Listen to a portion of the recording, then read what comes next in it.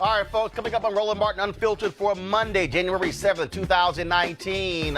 Big news day. Cyntoia Brown, the woman who's been in prison the last 15 years for the murder of the man who brought her as a sex slave when she was 15 years old, has been granted clemency by Tennessee Governor Bill Haslam. We will talk to a pastor who counsels Cyntoia Brown and also who played a huge role in getting the governor to make this decision. We'll talk with Bishop Joseph Walker. Also, there's a new suspect in the killing of 7-year-old Jasmine Barnes just outside of Houston. It sure seemed like a racially motivated shooting from the initial sketch, but the person arrested, 2 people, African-American. We'll talk to the family attorney, Lee Merritt, about latest developments. Also, 1.4 million people formerly incarcerated in Florida getting registered to vote beginning today. We'll talk with Desmond Meade, the man behind the campaign that made all of this possible. Also, what in the hell is going on in Birmingham?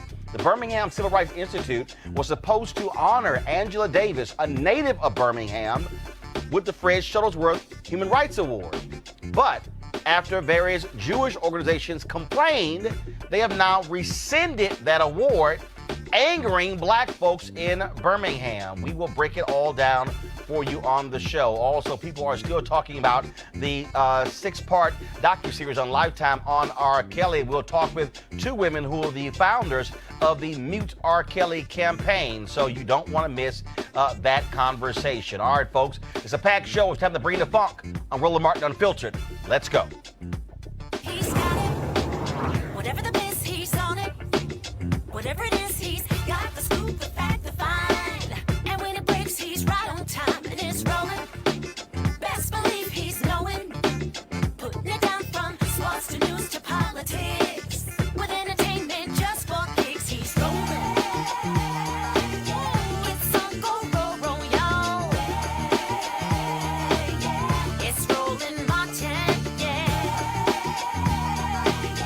Rolling with Roland now. He's funk, he's fresh, he's real, the best, you know he's Roland Martin now.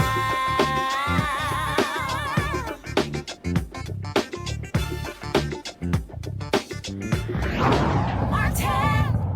All right, folks, some imperfect justice today for 30-year-old Cyntoia Brown. She's a young woman we told you about who had been convicted at the age of 16 of murdering a man who had bought her as a sex slave. Tennessee Governor Bill Haslam, he had been pressured for the last couple of months to grant her clemency. Well, that actually happened today. Cyntoia Brown is set to be released from prison in August. Again, she served 15 years in prison. She'll still be under supervision for another 10 years. So while this may be justice, it's an imperfect justice. This is what Governor Haslam had to say in his statement of clemency. Quote, "This decision comes after careful consideration of what is a tragic and complex case. Cyntoia Brown committed, by her own admission, a horrific crime at the age of 16. Yet imposing a life sentence on a juvenile that would require her to serve at least 51 years before even being eligible for parole consideration is too harsh, especially in light of the extraordinary steps Ms. Brown has taken to rebuild her life. Transformation should be accompanied by hope." Here's a statement that Cyntoia Brown released. Quote, "Thank you, Governor Haslam, for your act of mercy in giving me a second chance. I will do everything I can to justify your faith in me. I want to thank those at the Tennessee Department of Corrections who saw something in me worth salvaging, especially Ms. Connie Seabrooks, for allowing me to participate in the Lipscomb Life program. It changed my life. I'm also grateful to those at the Tennessee Department of Corrections who will work with me over the next several months to help me in the transition from prison to the free world. Thank you to Dr. Richard Good and Dr. Kate Watkins and all of you at Lipscomb University for opening up a whole new world for me. I have one course left to finish my bachelor's degree, which I will complete in May of 2019. Now, folks, this case captured attention nationwide, from local Tennessee politicians to Rihanna to Ashley Judd, but also to a lot of black female social justice groups all over the country, and they were saying she needed clemency. One of the folks who was very involved in this, who also recently talked with the governor as late as last night, is Bishop Joseph Walker, senior pastor at Mount Zion Baptist Church in Nashville, and he's also Counsel Brown, and he's joining us right now. Bishop, how you doing? Hey, I'm doing great, Roland. How are you, man? So glad to have you here. So first and foremost, I was talking with one of the state representatives who sent me the notice this morning of the clemency, and he said that you really had a number of conversations with Governor Haslam as recently as last night about this case. You know, Roland, we had a conversation, and actually we had a conversation, the last conversation we had was right about 2 or 3 weeks ago. The governor was in a place where he was really contemplating this case strongly, weighing both sides of the issue, and really wanted to make certain that he got it right. He was a man who really, really wrestled with this and wasn't going to be buttered into a decision. But, you know, he was a moral man and wanted to have a moral conversation with me about it. He asked me some serious questions about, you know, why Cyntoia and not someone else who in the same situation. He asked me about, what would this situation mean in terms of moving the needle forward, in terms of this whole issue. And we were able to work through that, and I was really able to really help him see what redemption looks like, and how she has transformed her life, and how she can be an ambassador for goodwill, and how she can really be the face for the voiceless, the voice for the voices, and the face for this movement of restorative justice for so many who have been sentenced under antiquated laws who are youth. And you obviously you've been working with her. Have you talked to her today? And if so, what was that conversation like? It was joyous. She's incredibly excited. We laughed, and I could tell she was just really, really happy. She's really ready to get out, to get to work. That's the kind of person Cyntoia is. She wants to get out and certainly enjoy her freedom, but she's committed. She's going to connect. She's already connected with our ministry, and she's going to be really working through the prison ministry and really helping people who are in the same situation that she is, and really wants to go around the country, really encouraging other people in other states to really revisit these laws that are on the books. A lot of people, when I posted the statement about her, the breaking news alert about her being granted clemency, people first of all said, why is she going to still be on probation for 10 years and why wait until August? Can you explain that? Yeah, so the legal team, Charles Bone and that team, with the Herculean task that they perform, advocating for this. So in Tennessee, if you're sentenced to first degree, as she was, then it's a mandatory 51 years before you're eligible for parole. She would have been 67 years old. Second degree, commuting it to second degree meant that she could, you'd have to serve 15 years to 25. So the governor wanted to, make certain that she did serve the 15 years, and Actually, she's going to be released on the exact same day, 15 years later, that she was incarcerated. When Cyntoia was told the news, and one of the attorneys said to her this morning, "Are you upset that you're not getting out?" She said, "Are you kidding me?" She says, "What?"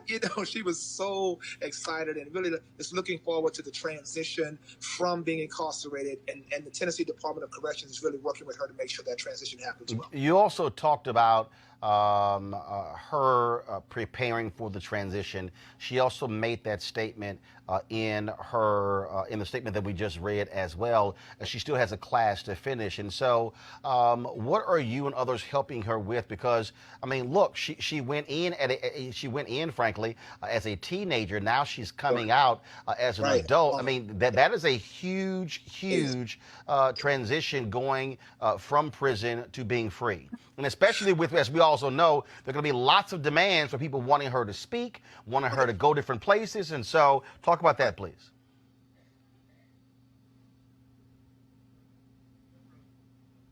Program, and that's where our ministry has connected with her through the Take One program that allows us to mentor her regularly, and our team has already been doing that, and so we're going to support her once she's released.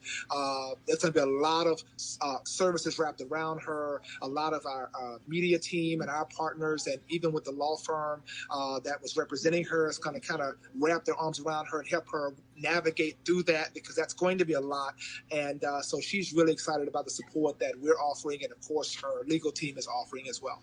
All right, Bishop Joseph Walker, we certainly appreciate you joining us, and thank you so very much for all of the work that you and others did to help free Cyntoia Brown. Thank you, sir. All right, want to go to our panel right now. Joining us, Dr. Amos Jones-Weaver, leadership strategist. Also, Michael Brown, former vice chair at DNC Finance Committee, and Eugene Craig, CEO Eugene Craig Organization. I'll start with you, Avis. Obviously, good news. And obviously, a lot of people who, again, I saw these people who were saying, okay, but, why August, why August, why August? But as you heard the bishop say, her deal is like, look, I'm getting out. Absolutely. I mean, that is the main thing. We're happy that she's getting out because, as was mentioned, she could have been there for 51 years. So I'm so happy that they've recognized, the governor has recognized the injustice of this overarching sentence that would have just destroyed her entire life, and it allowed now her the ability to be able to just have a few more months left where she can see literally the end of the rainbow, work towards finishing her degree, and ultimately be able to live the rest of her life in freedom. Michael and Eugene, look, one of the issues that this country has had, Supreme Court ruled on it when it came to these life sentences for juveniles. I mean, this is a fundamental problem in this country where individuals who committed acts when they were 14, 15, 16, and America said, what the hell, we're just going to throw the book at you, and let's just be clear, most of them were people of color. This has forced governors, Republicans and Democrats, to recognize that we have an unjust system in terms of how we target and deal with young offenders. And it also shows, Roland, how important advocacy is, because clearly the governor felt enormous amounts of pressure, probably from both sides. I'm sure he got letters on the other side of the issue, but the kind of pressure he got from all over the country, frankly, not just in that state, I think really helped him and his folks say, you know what, this is the right thing to do. And it made it easy for him. He has all the cover in the world, whether he wanted to do it or not. No one can say anything about it. He's not going to lose any votes because of it. So frankly, I think sometimes we... Certainly, I'd criticize that particular party on the right side, but sometimes we have to give credit where credit is due, and the governor should be commended. Eugene? Yeah, I agree 100%. When the governor started signaling that he was, maybe leaning towards this, I said he had nothing to lose with it. He had everything to gain with it, and I'm glad that he has stepped in. And a lot of governors are stepping in because the system is broken, and it's a never-ending fight. Organizations and advocacy are, it's been an engaged fight. And this is another W put up on the board. All right, then. So we'll certainly be following this to see what happens next. But again, Cyntoia Brown will be released from prison in August, granted clemency by Tennessee Governor Bill Haslam. Now let's go to a story that has garnered lots of attention out of Houston, and that is the case of Jasmine Barnes, 7 years old, shot and killed outside of a Walmart. Now, initially, it appears to be a racially motivated shooting when one or more of the eyewitnesses, including Jasmine's teenage sister, described a white man in a red pickup truck firing the shots. Now, the pictures, the man in the police sketch and his red pickup were widely circulated, but over the weekend, a couple of people were arrested, and it turns out the shooting may very well have been a case of mistaken identity. That is, the shooters were not targeting Jasmine and her family, but someone else. On Sunday, an African-American man in custody admitted to being involved in the shooting. Harris County Sheriff Lee Gonzalez said the red pickup truck had indeed come to a stop at a traffic signal near the car with Jasmine, her mother, and 3 other sisters inside. But he now believes the man in the red pickup was a bystander and not involved. Now, the shooting raised the very plausible possibility that it was racially motivated. The arrest of the suspect for capital murder raises the very important question of the value of relying on eyewitness testimony. Joining us right now is the attorney for the family of Jasmine Barnes, Lee Merritt. Now, Lee, you were very much involved in this in terms of setting this reward up along with activist Shaun King. And it was a tip that came in to Shaun King that was given to the Harris County Sheriff's Department that led to the arrest of these 2 gentlemen, correct? That's correct. And so, speak to this issue that people are raising that, oh my goodness, how did this come to be that this sketch was that of a white man, then all of a sudden you have 2 black men who are arrested? It's difficult to see how we went from the sketch of the white male to 2 black suspects being arrested. But what the way it happened was, as you described earlier, the red truck pulled up next to the car that Jasmine was riding in at an intersection. And just before the shooting happened, that red truck actually did something peculiar. It decided at the last moment that it wanted to get on the expressway. So as Jasmine's car pulled off, it went right behind it and pulled to the left of it, over to the driver's side. At that exact moment, the shooters began shooting into Jasmine's car, which they believed was associated with people that they were after. And so my client noticed, Jasmine's sister, I should say, noticed that the car to her right was looking into them, looking to get over. She got a good look at them, and she used that what she saw in order to make that sketch that we all saw. Not only that, but once the shooting started out, pedestrians, one motorist who were behind him, he looked up and he saw that red car taking off, and he actually followed that car. That car later, the driver of that red truck eventually got out to look at his car to see if there had been any damage. And that motorist got a good look at him that he provided to us, and we eventually got it over to law enforcement. There was another tow truck driver who was on the side of the road just looking at this intersection where it happened. And he was looking down until he heard those gunshots, and he saw a red truck taking off. He saw a white suspect inside of it, and he reported that to us. We eventually got into law enforcement. So there were several witnesses who said, hey, there was a white guy in a red truck who committed the shooting, who immediately took off afterwards.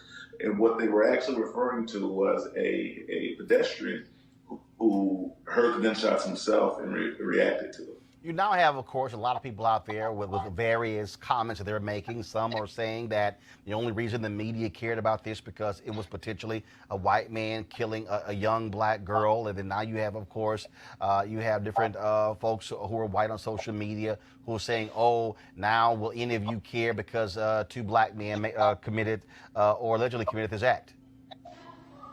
Well, the tragic thing is they're not completely wrong to say that the media tuned in because of the racial dynamics of the claim, because of the political nature of the claim. In my opinion, they're not entirely wrong about that. And that's the true tragedy. When you have activists stating that Black Lives Matter, one of the things that we're talking about is that little innocent black girls die or disappear.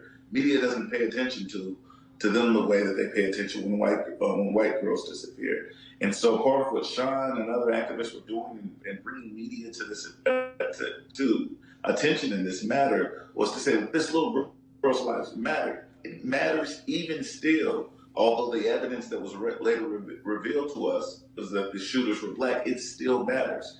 The other thing that we know, and that I believe that the black community in Houston and all over the country was most concerned about, was that if it is a white shooter, he will not be properly prosecuted in the system. Because we live in a nation that is very, very good at prosecuting black men, and they don't show that same energy when prosecuting people of color.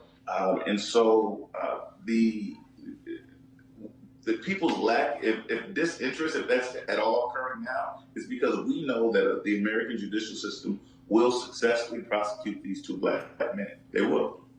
My panel got some questions for you, Lee. So I'm gonna start first with Eugene, then I'm gonna go down the line.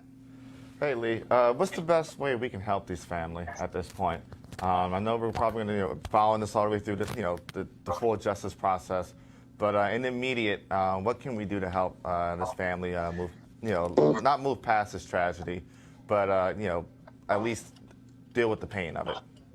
I really appreciate that question, because in the sensationalism of it all, we forget that this is an actual family. One thing that has not changed is that a 7-year-old girl was killed just last week on Sunday on the eve of New Year's Eve. And so that family is grieving. They're going to be grieving and mourning for a long time. Tomorrow they bury their daughter. I'll be headed back to Houston for the funeral.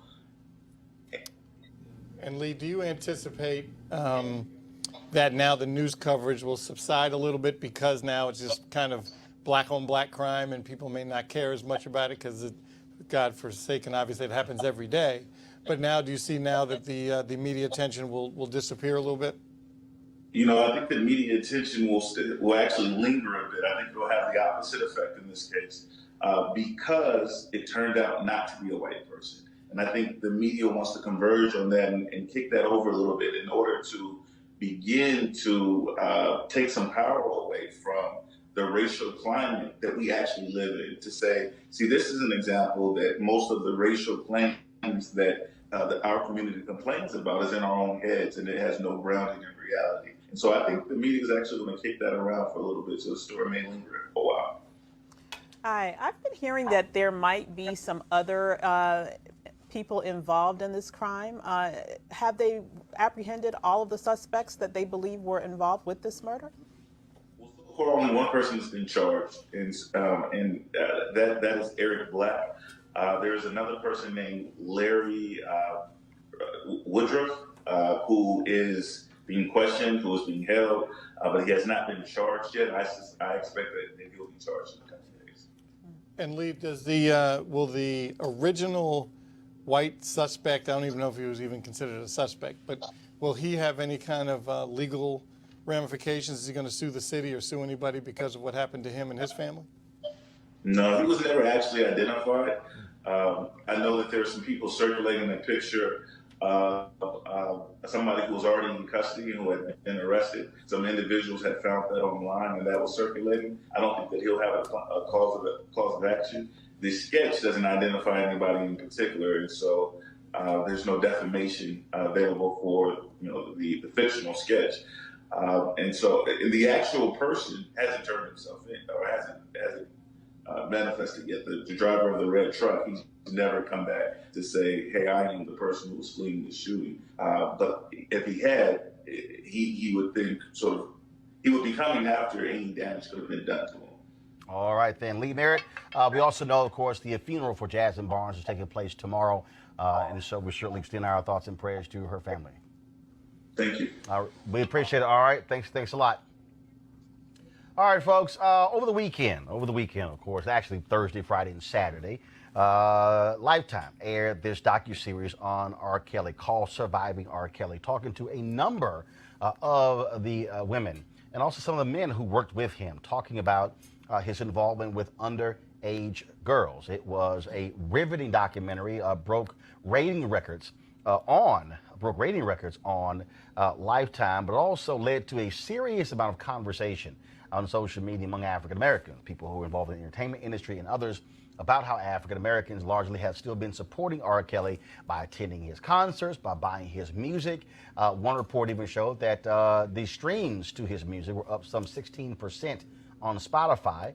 No explanation in terms of exactly what that means, but that was one of the things that we've been talking about. And so there are a couple other people, though, who were one woman who was in the documentary, who led the Mute R. Kelly effort, talking about the impact all across the country and how they were protesting outside of his concerts and how they were trying to get people to understand this critical issue and why it matters. So the question now is, what's next? Documentary is aired.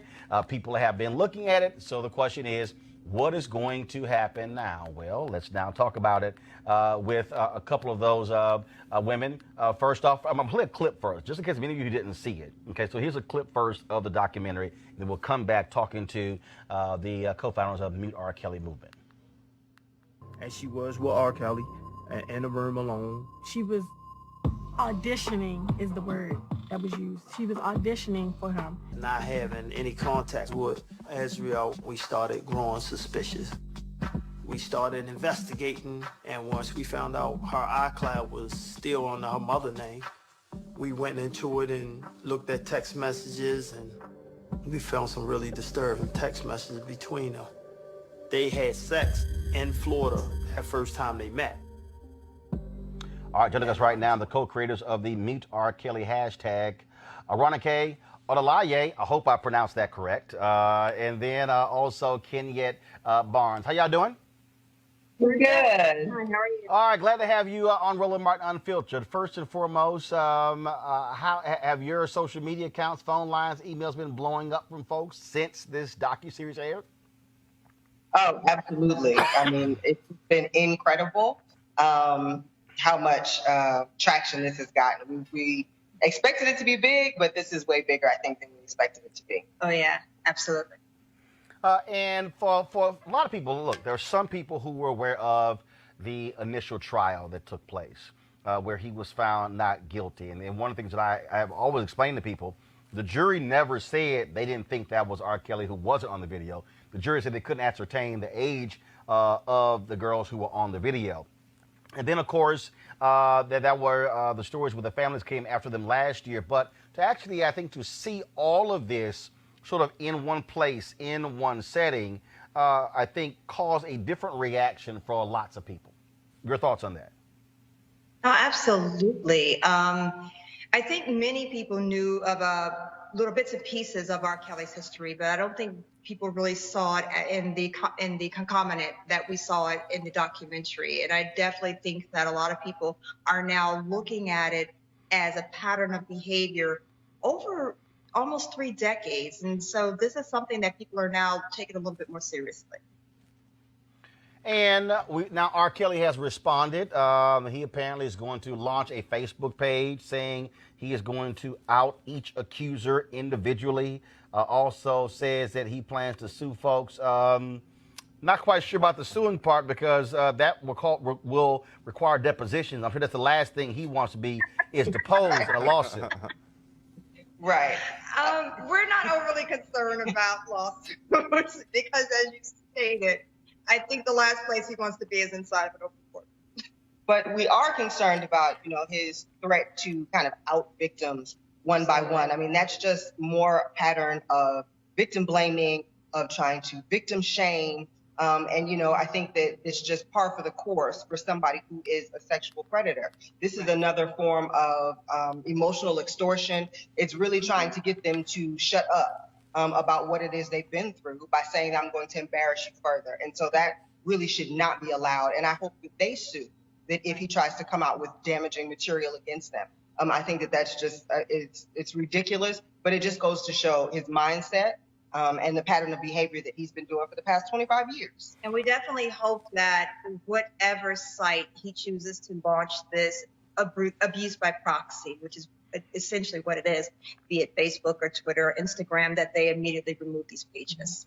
Color Change, they have been talking about this, also tweeting about this, and they've been trying to get an answer as to why RCA, the record label, continues to have R. Kelly on their label. Have the two of you reached out to the record label to get some kind of explanation from them as to why they still are supportive of R. Kelly?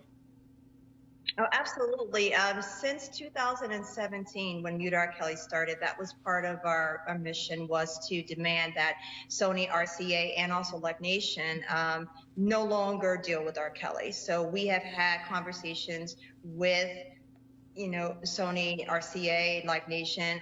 We have a petition now on Care2 that has over 75,000 signatures, and every signature hits the inboxes of those executives. So they know that we want this. And it kind of is almost to us a show of defiance on behalf of Sony and RCA and also Live Nation that they just won't drop him. So we are completely mind-boggled by it, but we're not going to stop until we see that. There have been no announcements of R. Kelly going back on tour. I was on his Instagram page where I saw he had dropped, I guess, a couple of singles recently in the past week or so, and talked about an upcoming album. I would assume that if he decides to make any public appearances, you and your supporters are going to be there waiting for him. Absolutely. So kind of just a little bit about what we have done, and probably why he hasn't done any more tours in the United States.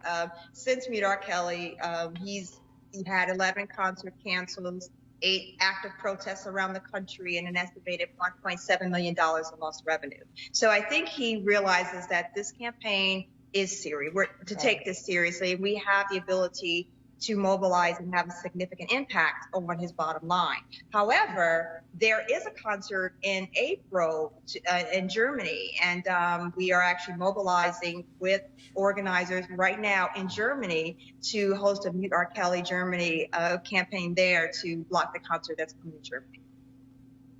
All right, then. Well, first and foremost, both of you have been doing a bang-up job, and we certainly will see what is next. It still is very curious how, when you look at social media, how some people continue to make excuses in terms of saying, "Oh, this is trying to take down a black man," as if the people involved were not black people.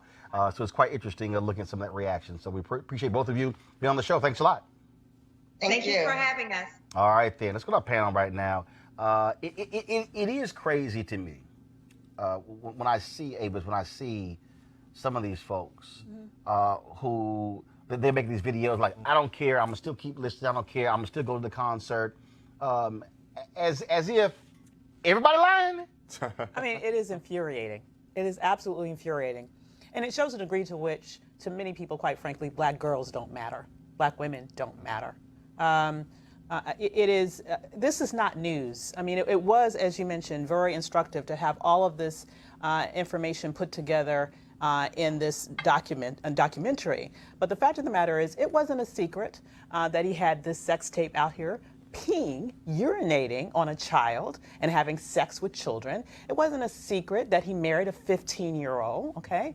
It wasn't a secret that he cased out high schools and playgrounds to find girls to accost. I mean, this has been reported on for decades.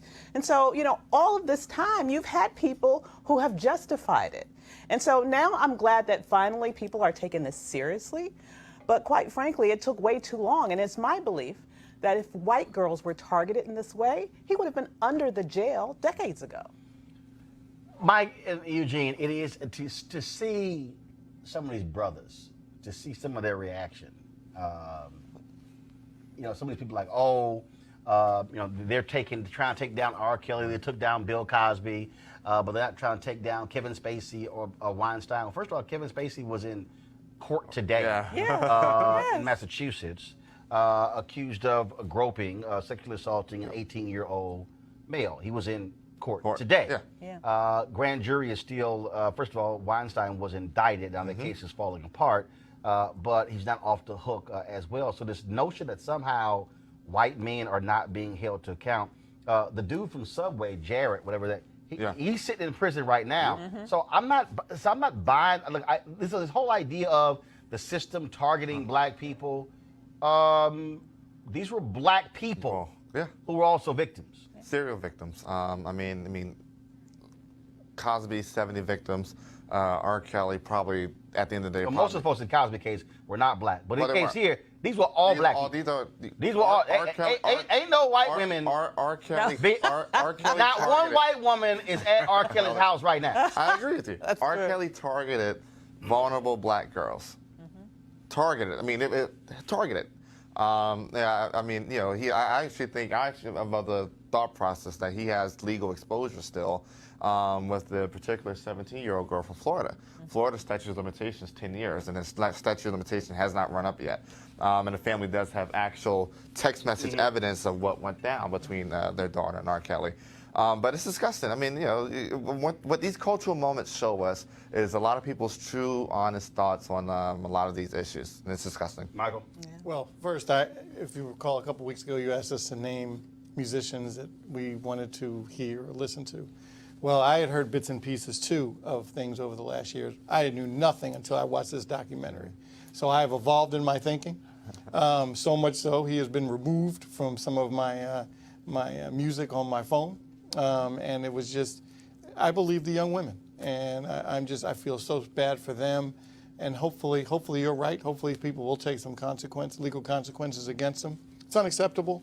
And I hope he's punished. Well, I don't think for a second that he can recover because as both of them said, no matter what he does, no matter where he goes, they're going to be waiting on him at those concerts. They're going to be going after anything he does. And I can tell you right now, this idea that he's going to sue, no. This is sort of like when Donald Trump threatens to sue. It ain't going to happen because the last thing he wants is to be deposed. The thing is this, and I want to talking the Sony RCA issue real quick. His publishing is ridiculously huge. That's why they won't drop him. You have to find a way to hit him on his publishing. I mean, everybody from Michael Jackson to B2K to, pretty much every R&B artist from, 1990 to now has at some point in time done work with R. Kelly. There's a reason a lot of people in the industry are quiet. It's the reason, that, his label won't drop him. It's the reason that Live Nation is still, he's still a strong international act. And so that's where, next steps with that. Well, yeah, the question will be, will this become an international movement to go after if he tries to go overseas and perform as well? All right, folks, let's talk about what's happening in Florida. Today is the first day those formerly incarcerated in Florida could actually register to vote.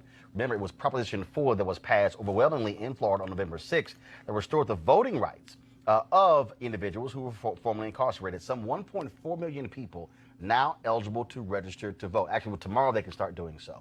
And of course, we've been talking about this. We were very supportive of this initiative.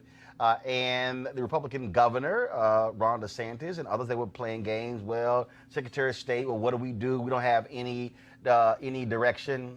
Okay, I don't understand why. Because it was passed by the voters. Joining us right now is Jasmine Meade, president of the Florida Rights Restoration Coalition, and also Sheena Meade, his wife, who was working with him as well. Folks, okay, so are we now set?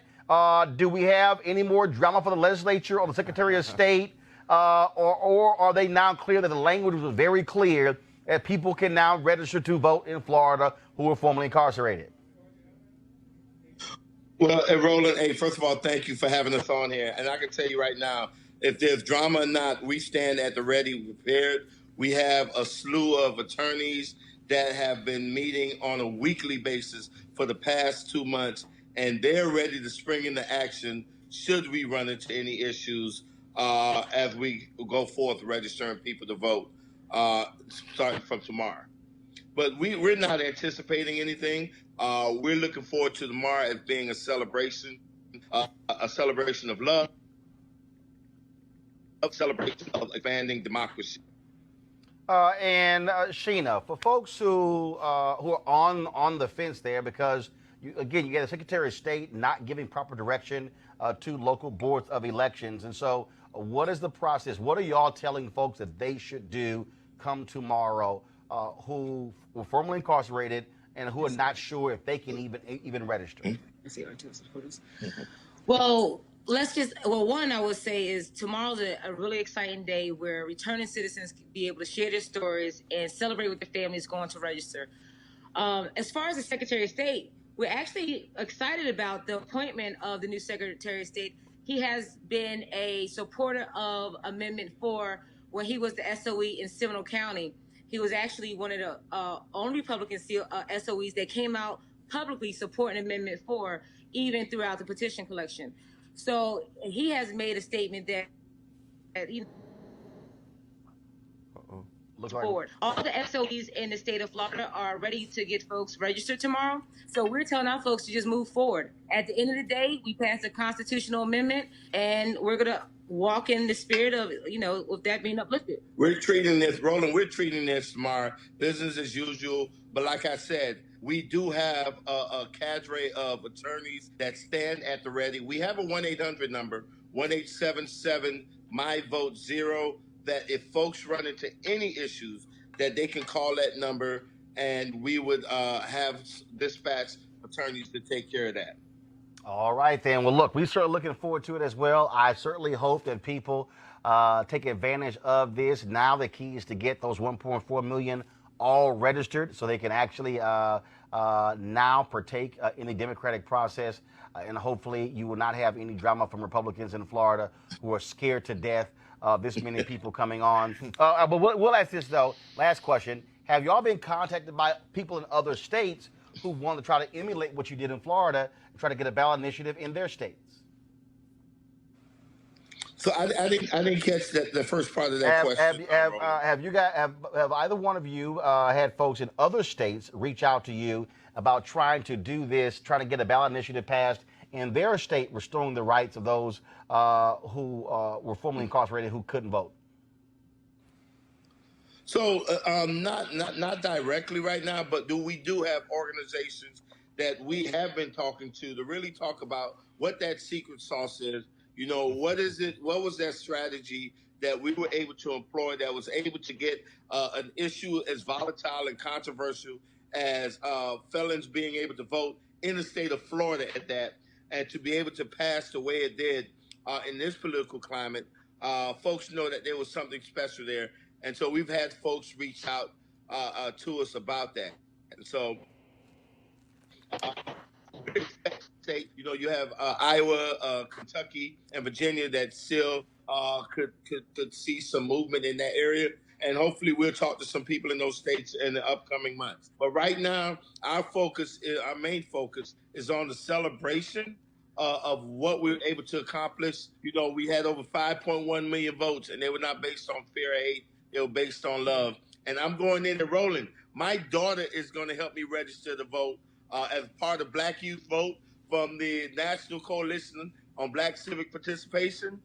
They're going to be the ones that register the first person in my county, and my daughter is going to be, and my wife and son voted for me on November 6th is going to accompany me when I sign that on that dotted line. All right, and we certainly can't wait to see the video of that. Desmond and Sheena Mead, we appreciate it. Thanks a lot. Yeah.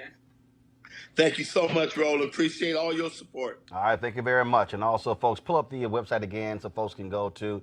This is the website. You have any questions about registering to vote if you were formerly incarcerated in Florida, go to FloridaRRC.com, FloridaRRC.com for more information. All right, let's go to Birmingham. In October, the CEO of the Birmingham Civil Rights Institute, Andrea Taylor, announced that Angela Davis was going to receive the highest honor of the Institute, the Fred Shuttlesworth Human Rights Award, saying, quote, "She is one of the most globally recognized champions of human rights, giving voice to those who are powerless to speak."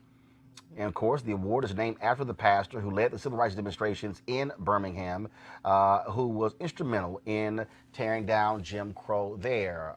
But now a different tune is being sung, and Angela Davis is not going to get that award. In fact, the annual gala where she was supposed to receive it has been canceled completely. Why? Because of complaints after she was being announced, largely from the Jewish community in Birmingham and from across the country.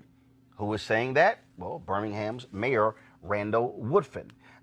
Before I read his statement, though, we need to read the actual statement, folks, of the Civil Rights Institute, because actually it makes no sense whatsoever to me, their particular statement.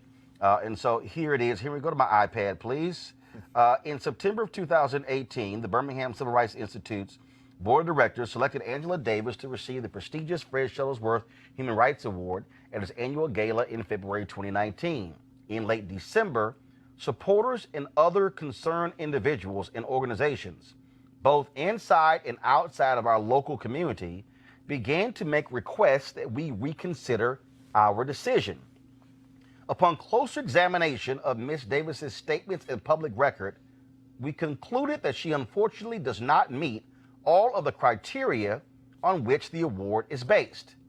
Therefore, on January 4th, BCRI's board voted to rescind its invitation to Ms. Davis to honor her with the Shuttlesworth Award. While we recognize Ms. Davis's stature as a scholar and prominent figure in civil rights history, we believe this decision is consistent with the ideals of the award's namesake, Reverend Shuttlesworth. We regret that this change is necessary and apologize to our supporters, the community, and Ms. Davis for the confusion we have caused. We will move forward with a keen focus on our mission to enlighten each generation about civil and human rights by exploring our common past and working together in the present to build a better future. The associated gala event, scheduled for February 16th at Haven, has been canceled. Ticket purchasers will receive a full refund. Okay, the problem with this statement is it doesn't even say who complained. It doesn't say what remarks or comments that they use to justify rescinding the award. In fact, we called the Birmingham Civil Rights Institute today. No one answered the phone today. We wanted to find out the specific criteria to receive the Fred Shuttlesworth Award. Nobody answered. Alabama.com, AL.com, they have been trying to reach the board chair, the board CEO, the Civil Rights Institute CEO. None of them are talking. But Birmingham Mayor Randall Woodfin is.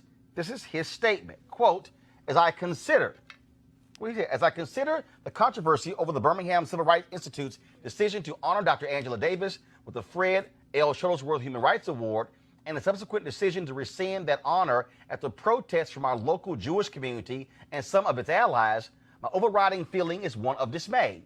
I'm dismayed because this controversy might have been avoided entirely had it been handled differently. I'm dismayed because, as has been the case throughout Birmingham's history, people of goodwill behave reflexively rather than engaging in meaningful discourse over their differences and seeking common ground. Here's the issue. Davis is an outspoken supporter of the boycott, divestment, and sanctions movement targeting Israel's treatment of Palestinians. That's a no-no for many Jewish groups in the United States, and they're doing their best to deny people with that point of view a chance to speak. Joining us right now is Roy Johnson. He's a columnist with AL.com, the only black columnist in the entire state of Alabama. Roy, here's what's just nuts to me. I got a notice about this on Saturday.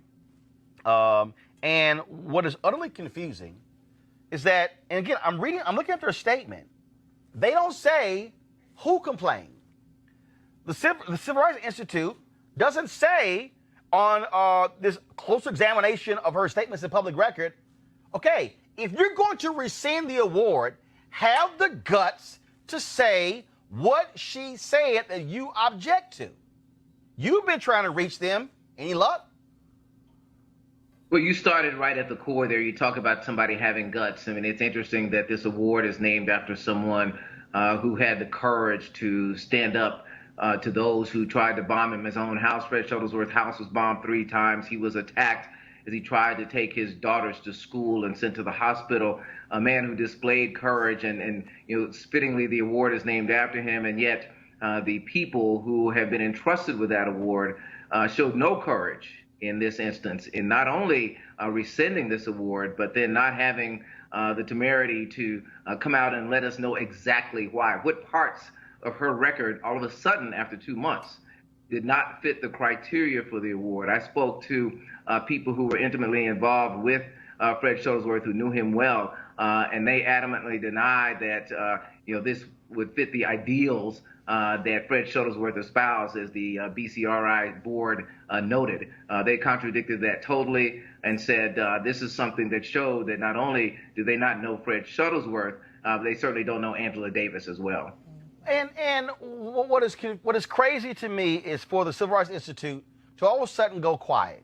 Okay, you don't make a public announcement that you're going to honor Angela Davis, and also for folks who don't know, a woman who is from Birmingham. Right. Okay, so this is a daughter of Birmingham, and so to not have the guts to announce why you're rescinding the award, but then also this idea that, well, it doesn't fit the criteria. Okay, where's the criteria? Show me then what's the criteria for the Fred Shuttlesworth Award. Does the criteria say you can't criticize Israel? No, Roland, this is a catastrophe because certainly she would not have been the first honoree of the Shuttlesworth Award to be critical of Israel. Danny Glover has been critical of Israel. Harry Belafonte, last year's recipient, has been critical of Israel. So why now? Why Angela Davis? She would not have been the first recipient to make critical statements. And we're talking about the Birmingham Civil Rights Institute. Not only is this an institution in a city that is ground zero for change in America, but is a place where people from around the world come and discuss human rights, not only and learn what happened here and try to take it back to their own cities, their own states, and their own countries to try to emulate the lessons and try to have dialogue. The Civil Rights Institute has tried to bring people together, and they've undone all of that with this just catastrophic decision. The process was terrible. It was done behind closed doors. It was rushed.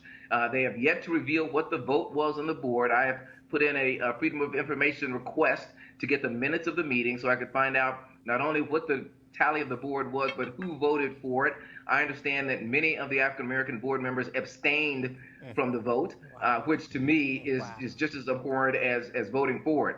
So we're still looking into this. It'll be interesting to see the fallout. There's been a lot of criticism of the board chair. There's been some criticism of Andrea Taylor. But I think the next few days are going to show, reveal a lot more about how this decision was made and why it was rushed to be done so fast. And for folks who, I tweeted out your column earlier, I'll send it out again. So they had a call late Friday night. Friday at 4 o'clock in the afternoon. 4 o'clock. Nobody is supposedly paying attention. 4 p.m. on Friday, you have a call. It's not open. They go into executive session. That's where they vote, come out, announce the decision. We don't even know what the vote total was. And then there were a couple of non-voting members who were not on there. And first of all, as somebody who is on a board of directors of a nonprofit, even though that they are non-voting members, a board can't allow anyone they want into an executive session conversation. And those two members, including one of them is the mayor, were not allowed to be a part of this conversation, correct? Absolutely. In executive session, voting members have to be there, but ex officio members who are non-voting members can or cannot be there. They were not invited. The other one that you did not mention is Odessa Woolfolk, who is another civil rights icon here. She is someone who was a elementary school teacher during the Children's Crusade, and so she tells us plenty about what went on during that Children's Crusade. And I understand that she is actually a friend of Angela Davis, and so she was not invited to be part of that conversation and part of that vote either. So the two non-voting members were not there. They voted on Friday night, and I didn't find out about it until about 7 o'clock Saturday evening when the Facebook event popped up on my phone and said that the event was deleted. And at that moment I said, uh-oh, something's going down. I understand that others still plan on inviting Angela Davis to Birmingham to honor her. Have you heard anything along those lines? There are a number of people who have reached out to her, churches, other organizations that are trying to bring her here either on that date, I believe it was February 26th, bring her here for that date or a subsequent date. So stay tuned to hear more about that and see if she does decide to accept one of those invitations. Certainly keep us abreast. I would really love for somebody else to actually throw an event in a gala, invite folks actually to purchase tickets, and that money actually go to social justice organizations who are doing the work today, women's groups who are doing the work today, because this decision by the Birmingham Civil Rights Institute, it is weak, it is meek, it is impotent, and then for them not to have the courage to come out and publicly discuss it shows to me how weak they are. And I would not be surprised if a whole bunch of people who are black say, if that's how you want to treat Angela Davis, we're going to wash our hands of your institute, and feel free to go have the people who want to tell you what to do, then continue to fund you. And it just boggles my mind. It's so unfortunate because the BCRI does do so much great work. Andrea Taylor, in her 3 years here, has rebuilt the infrastructure, has changed the museum, has given it a more global audience, and more people are coming to the Institute. And yet this one event, this one decision threatens to really undo all that, and particularly losing the base of support right here in this community. It boggles my mind that they did not see this coming, that they did not see reverberations from this, particularly locally. And it just calls to mind those people who are concerned about a changing Birmingham, about whether outside forces are coming in to take over the city, if you listen to some. But this decision and the way it was transpired, the pressure that came from outside forces. I mean, imagine you telling another organization that they can't honor whom they want to honor. Absolutely. I mean, that's what this, you can certainly have a conversation. You can hear their grievances. But at the end of the day, if this is my organization and this honoree resonates with my audience, while I respect your opinion, I'm still going to move forward. This board did not do that, and this board is likely going to pay in a number of ways. All right, Roy Johnson, AL.com. We appreciate it. Thanks a bunch. Thank you, Ro. I want to go to my panel here. Look, if you want an example of where people say folks who are Jewish telling black people what to do and controlling black people, hello, Exhibit A. Yeah. I mean, this to me is crazy. And not only that, even if they disagreed with her position, the Institute has decided. Mm-hmm. Yeah. They've decided. This is what happened when you don't find your own freedom. Yeah. This is what happened when you depend upon outside sources for resources and to advance your own agenda. I think one thing that white America and non-black America has to understand and learn is that there is a unique black experience. And with that unique black experience comes reverence for figures within the civil rights movement, and figures that have played unique roles within the advancement of black people in America. Mm-hmm. Some folk that may be controversial to non-black people, like an Angela Davis, like a Louis Farrakhan, mm-hmm. To conservatives like a Jesse Jackson or Al Sharpton, as crazy as that sounds. But that's something that white America has to learn and has to cope with. I mean, these are people that we'll never turn our back on because, look, that's all we had at some point. But to the point Roy made, Harry Belafonte has been very clear where he stands. Mm-hmm. He was honored last year. Yeah. Danny Glover, so many others, and these are people who are still on the battlefield today fighting these issues. This, to me, and again, here's the other piece. Okay, you want to make the decision? Okay, fine, make the decision, but don't put out some pissy ass statement like they did that was bland. Oh, we looked at her comments in public record. Which comments? Which public record? What? Have the guts to say it. And I would say, Andrea Taylor, you're the CEO.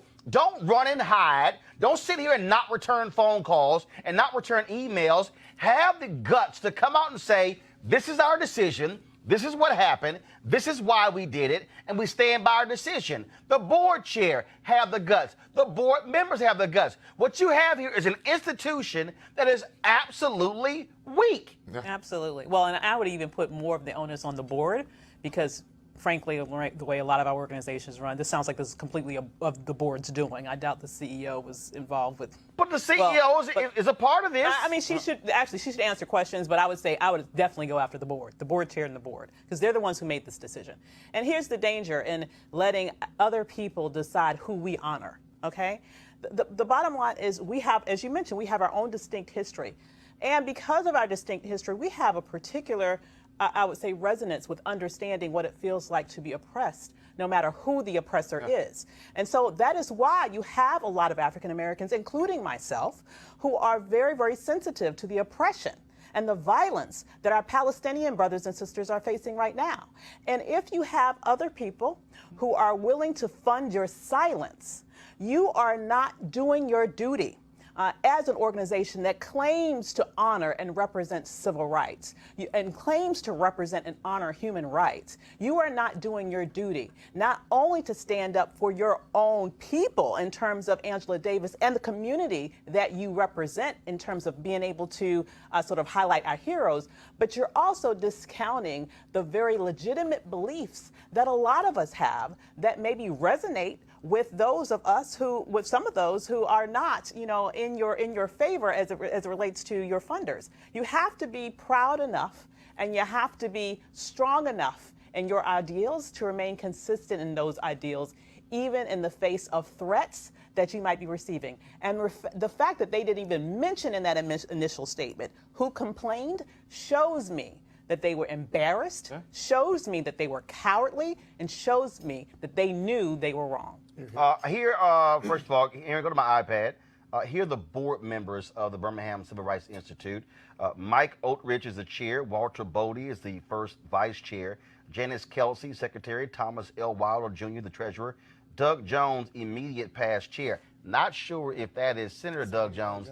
I believe it is Senator Doug He's Jones. about to get a text from me right now asking if that's him. Jeffrey Bayer, Isaac Cooper, Bean Edwards, Michelle Elrod, Rosalind Houston, Danny Markstein, J. John Oros Jr., Jonathan Porter, Cameron Vowell, and then, of course, Odessa Woolfolk, Chair Emerita. Again, she was one ex officio member. You have Andrea L. Taylor, President, CEO. Then you have Mayor Randall Woodfin, who's ex officio. And then, of course, that is the Doug Jones, who is United States Senator. So y'all can go ahead and comment. I'm about to send him a text to see what his thoughts on this. Go ahead. Say he probably already resigned after he got elected, so he's going to say he had no part in the decision. No, but I just want to make sure that he wasn't on the phone. Yeah, but I think, you know what would be nice, Roy? He's doing his for Freedom of Information Act. He should also try to get those donors, because then he can do a matrix of who's contributed, and then it would be obvious who put the pressure on the organization to change their decision. I agree 100% with you. But I think we have to circle back to, for our organizations to thrive and to be successful and be 100% independent, you got to fund your own freedom. Absolutely. You have to develop your own donor base. You have to, but with that, you also have to develop the backbone to say, hey, if this is our history, this is what the literal reason why this organization, this museum, this institute exists, is to preserve the memory and spirit and history of the civil rights movement, so that generations that may not have lived through it can learn from it and apply it to situations of oppression down the line. Right. You cannot cave to oppression. Right. Absolutely. Well, and of course, I mean, this is, but to exert their influence, this board, if they want any credibility, they're going to have the courage to come out and say, this is why. Because not only you rescind the award, you cancel the event as well. And that's going to hurt their future events. Oh, no. Look, first of all, I can tell you right now, as somebody who has frequently gone to Birmingham, who has visited there. In fact, when we were last in Birmingham, we broadcast my show from there. When I did ESPN, we did it from in front of the Institute. Until they answered these questions, I can tell you right now, I have no intentions on visiting the museum, on doing anything with the museum, because this to me is an abomination that you also are unwilling to have an open conversation about why you did it and who are the people who put the pressure on you. Yep.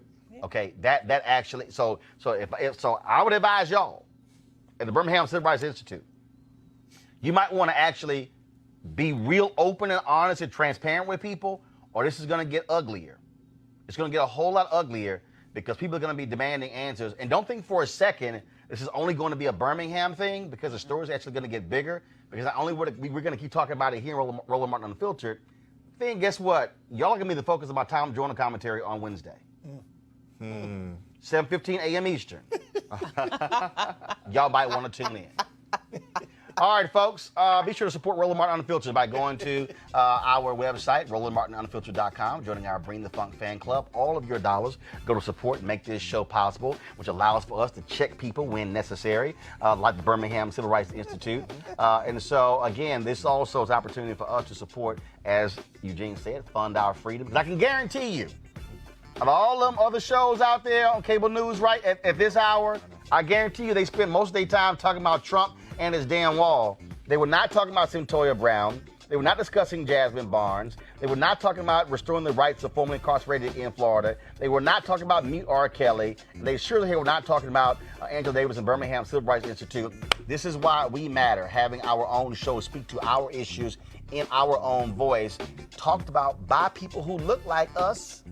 Not all think like us, because we have all different views, But this is why Roland Martin Unfiltered matters. So we want you to support us by going to RolandMartinUnfiltered.com. And so we've got about 1,100 or so folks who have been our supporters. We want to greatly increase that number. So time for you to do so right now. So you can do it via Cash App, PayPal, also Square, you name it. We take all those forms. And so we certainly appreciate it.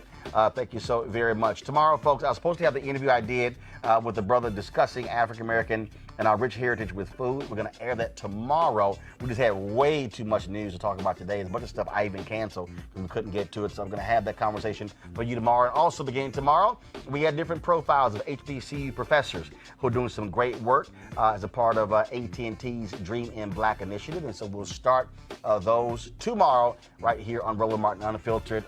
Ava's Michael Eugene, thanks so much. I appreciate it. All right, folks, we got to go. Y'all have a great one. Holla! You want to support Roland Martin Unfiltered? Be sure to join our Bring the Funk fan club. Every dollar that you give to us supports our daily digital show. There's only one daily digital show out here that keeps it black and keep it real as Roland Martin Unfiltered. Support the Roland Martin Unfiltered daily digital show by going to RolandMartinUnfiltered.com. Our goal is to get 20,000 of our fans contributing $50 each for the whole year. You can make this possible. RolandMartinUnfiltered.com.